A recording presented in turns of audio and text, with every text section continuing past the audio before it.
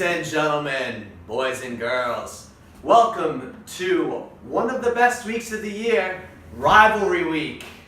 Now, it might not be your favorite week, like Christmas is your favorite week, or maybe Super Bowl week, or that one week in spring where it's finally nice and all the girls are wearing dresses and you're like, where the fuck have you been for 4 months? But we all know it's one of your favorite weeks because you've all contributed to this video. So for this week's preview, I've asked all of you to make a video about your rival, who we all know you fucking hate. And so I'm gonna look at each of these videos, hopefully for the first time, and I will off the cuff decide which one I thought was better. And that is the preview for the week and who will win the week. So with that, let's get started.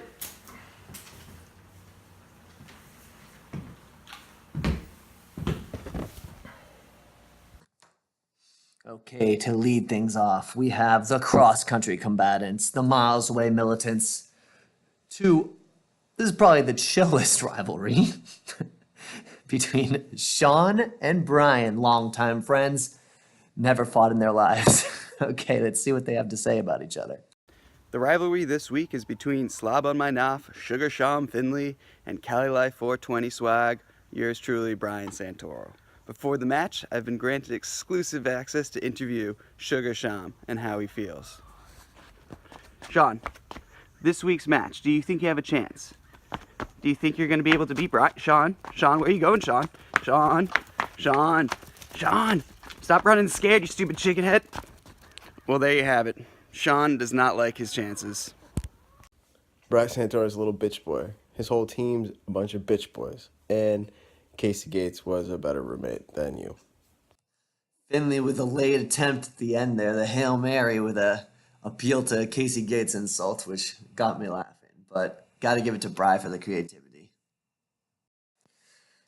Now, this is one of my favorite matchups, a classic. They've been battling for years. This is a little preview of how I think this one's going to go. How are you? Oh, no.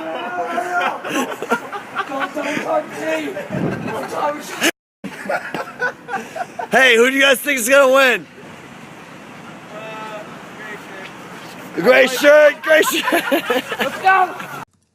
Okay, so obvious size advantage for Bart, but Wavy's got the brains, so let's see how this goes.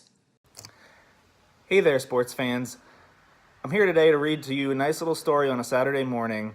My grandpappy used to read to me, and his grandpappy before him, and now I read to all my grandpappy kids. It's a tale called Lil Wavy Davy, classic, all time. So why don't you grab your coffees, sit back, and enjoy this tale of hubris.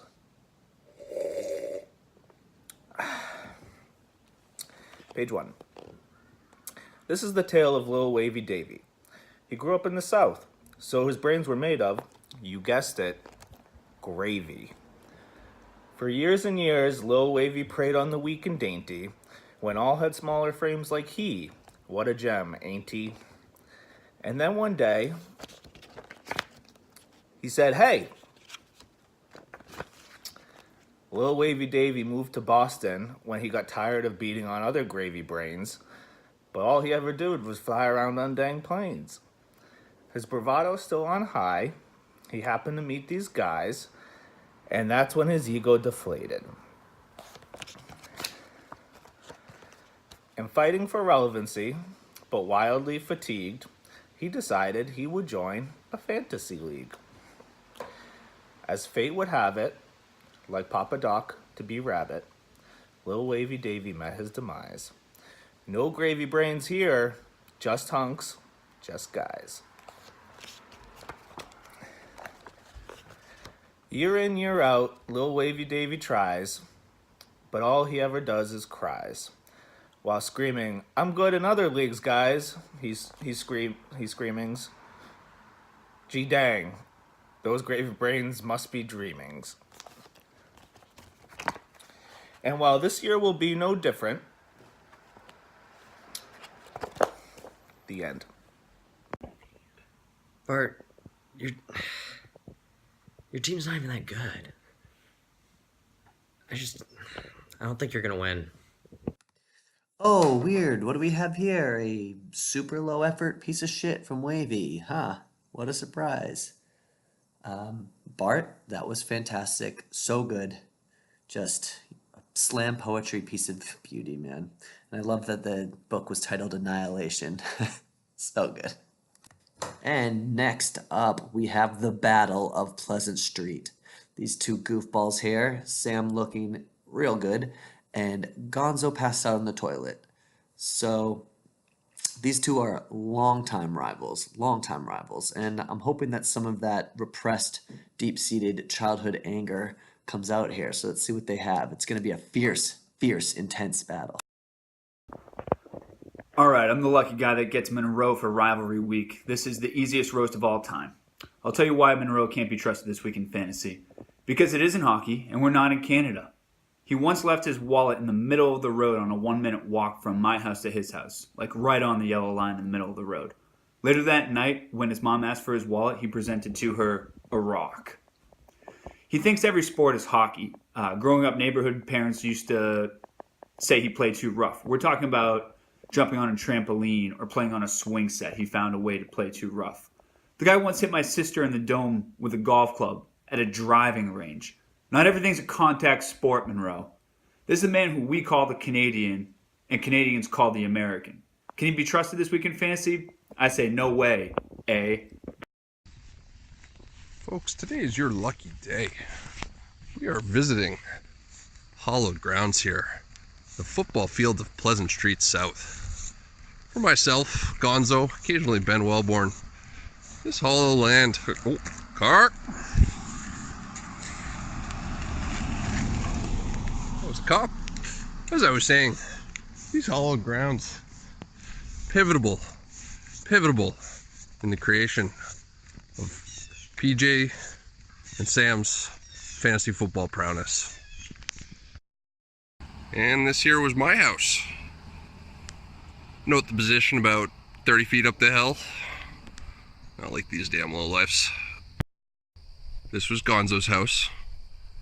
He wasn't allowed to come up the hill, so that's why we had to come down here to this shitty field. That's where Terry and her scary brother used to live. I can't remember his name, I had to think about it for a bit, but I do remember he drove a Firebird. Finally, we approach Pleasant Pond. This house here is another namesake. That's actually the house of the original Tucker. Or if we should grab a rock, I bet the new Tuckerman would quite appreciate that.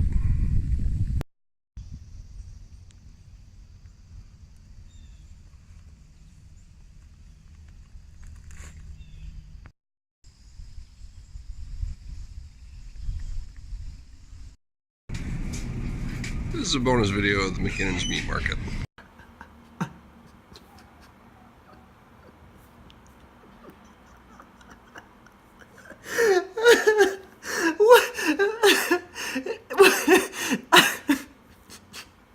Monroe, this is the most Monroe shit I've ever seen. What was that?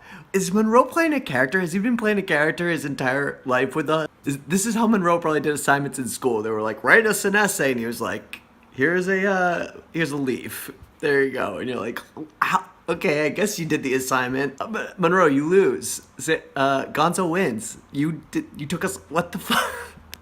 Sam's submission made me think a lot about art. You know, if the intention is not to be funny like The Room, but it is funny, you cry like you're laughing so hard, you know, is that a success? Versus Gonzo's, it's tight, it's funny, it's clever, it's well written, but I didn't cry laughing. I cried laughing to Monroe's. Maybe he's a mad genius. This is a real toughie, guys. I went back and watched it again, and Monroe says within 10 seconds of each other, pivotable and prowess. Like, we're 30 years old, you know? You should know that those aren't words. The words are pivotal and prowess. So, like, this has to be part of the character, right? He's just a genius. It's so funny. And he's doing this whole character thing, and he, like, is mispronouncing words, and you have to, like, pick up on it.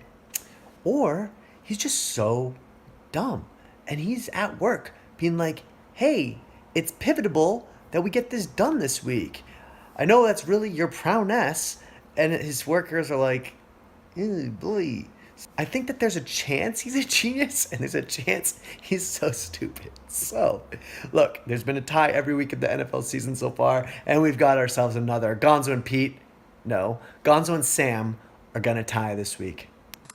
Next up, we have Pippi Longstocking, Ben Wellborn, and the luchador himself, Jesse Castleman. These two have been competing for a long time as well. Another Hamilton Wenham special. So let's see what they bring to the table here. Ooh, Benny Wellborn, yeah. You think you got what it takes to stand toe-to-toe with the two-time champ? The icon? Me? Hey, guess what? I spoke to your old pal, your amigo from down under, yeah. I spoke to Wally. Remember him? You want to know what he said about you? Wally told me you drove him out of the league. You know why? Because you thought you were better than him. Well, let me tell you something, Ben. Bindi Welby. You are most definitely not better than me.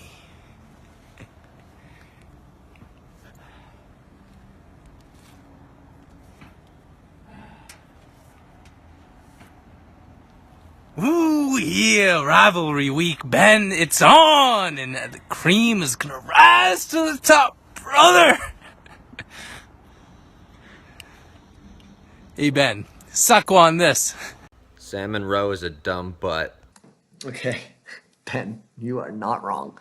You are not getting points off for being wrong about Sam. I mean, that is dead to rights accurate. But the problem is your rival is Jesse, who also smoked you with the best wrestling promo video I've ever seen. I've watched it about 5 times. So, clear victor, Jesse. Can I get a woo? All right. We got the Battle of the Beauties here. We got Verk with that luscious flowing locks up there. Not so luscious these days. And James with his customary shirt popped at a outdoor bar surrounded by women. So, you know, both at their best here. Let's see what they got. So who's John McMahon? Well, we all know who John McMahon is. This is John McMahon. But who's the man behind the man? It's this guy. This touch of gray looking motherfucker. One of the guys who thinks he's this guy. But we all know that's not really him. Who is he really? He's this guy. And even they don't know who he is. Notice how he's not tagged. This is the real John McMahon. And why do they take so many pictures with him? Who knows? But that's the real John McMahon. And that's who I'm playing in fantasy this week. And I have 0 running backs. I picked up 2 scrubs because I have 2 who are out, 2 who are on IR, if you can call them running backs. I have 1 kicker out, so my team is nothing. So if you beat me, that's fine. That's what should happen. If I beat you, that's the real insult because my team is fucking awful. So you should think about that. John McMahon.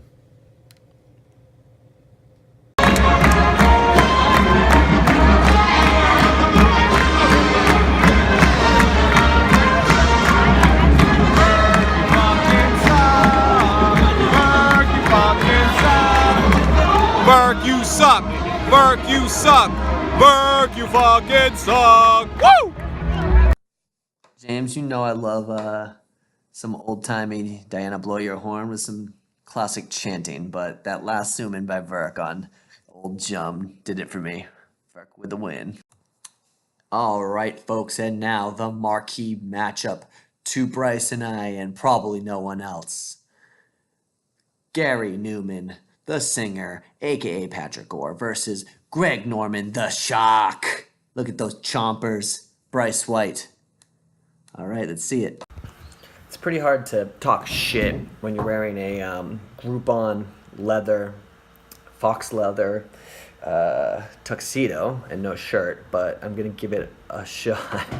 Bryce is my opponent. Bryce, that fucker, who always beats me. we've had a long history of being rivals from our Greg Norman the Shark and Gary Newman the Singer wrestling days. And I think I got the beat on him this year. Bryce's fantasy teams are totally bipolar. They're either good enough to make the playoffs or they're absolutely terrible. Sort of like Bryce's communication skills.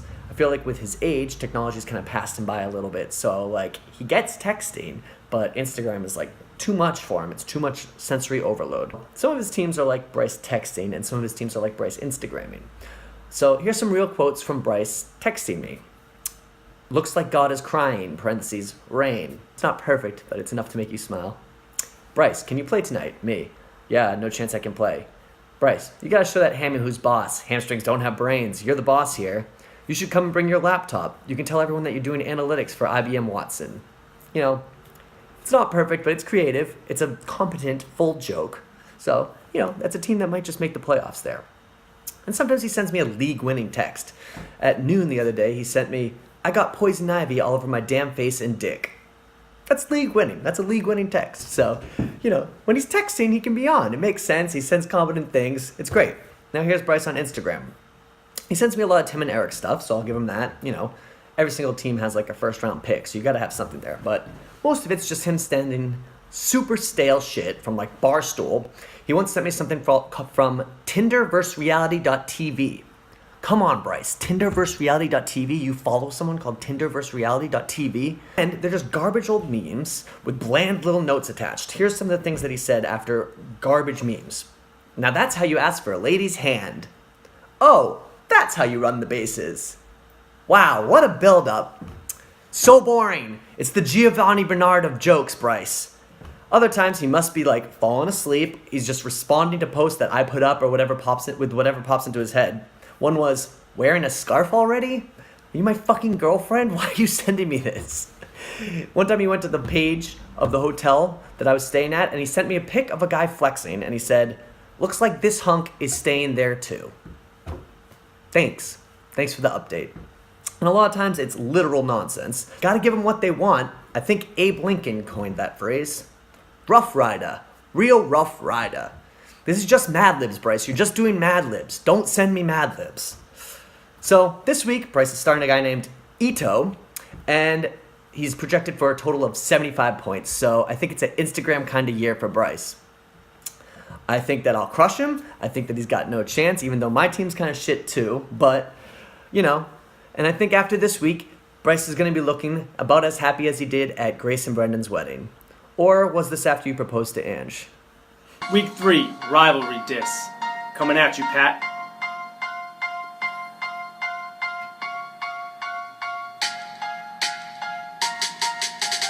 Knock, knock, ladies, you see me rapping at your door. I'm a premature pop topper, always wanting more. I'm a casual guy with simple friends. If you roll with me, it won't be in a Benz. I ride Toyota Priuses and things that save the world. I shave my shoulders every morning cause that hair got curled. My fantasy team is named after a druggie, so when I lose to Beesh, it won't even be funny.